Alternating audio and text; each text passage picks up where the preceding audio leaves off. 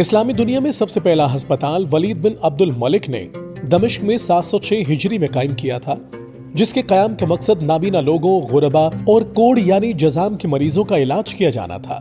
جزامیوں کے الگ وارڈ تھے اور تمام علاج مفت ہوتا تھا۔ یہاں متعدد فزیشین برسر روزگار تھے۔ یہ ہسپتال بعد میں اسلامی دنیا میں قائم ہونے والے ہسپتالوں کے لیے ماڈل ثابت ہوا۔ دمشق کے نوری ہسپتال کی بنیاد ترکین نسل نور الدین محمود زنگی نے 1154 ہجری میں رکھی تھی، جو اگلے 300 سال تک طب کا اہم مرکز رہا۔ یہ ہسپتال صلیبی جنگوں کے دوران تعمیر ہوا تھا، اس لیے اس کا وسیع اور آلات سے لیس ہونا ضروری تھا تاکہ جنگی زخمیوں، جنگی قیدیوں اور غیر ملکیوں کا علاج کیا جا سکے۔ وقت گزرنے کے ساتھ نہ صرف یہ اعلیٰ درجے کا فری ہسپتال بن گیا، بلکہ فرسٹ کلاس میڈیکل سکول بھی۔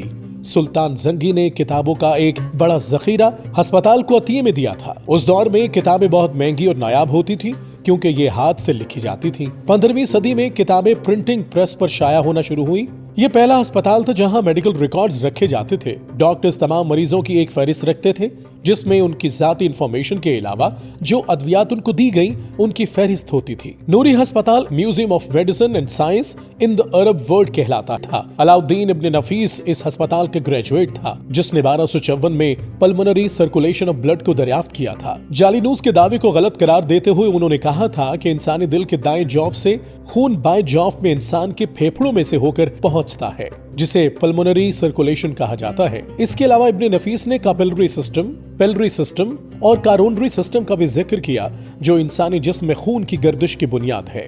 نوری ہسپتال 700 سال تک قائم رہا اور اب بھی اس کے کچھ حصے محفوظ ہیں۔ اس کے بعد یہاں 5 اور ہسپتال قائم ہو گئے۔ بدقسمتی سے جب سے خلافت کا سنہرا دور ختم ہوا تب سے مسلمانوں کی ایجادات اور ہسپتالوں کا انفراسٹرکچر بھی ختم ہو گیا۔ اب صورتحال یہ ہے کہ مسلمان علاج کروانے بھی یورپ کو ترجیح دیتے ہیں، حالانکہ خلافت کے دور میں وہ اسلامی سلطنت کا رخ کرتے تھے۔ اگر ہم نے دوبارہ سے دنیا پر غلبہ حاصل کرنا ہے تو ہمیں نظام خلافت کو ریوائیو کرنا ہوگا۔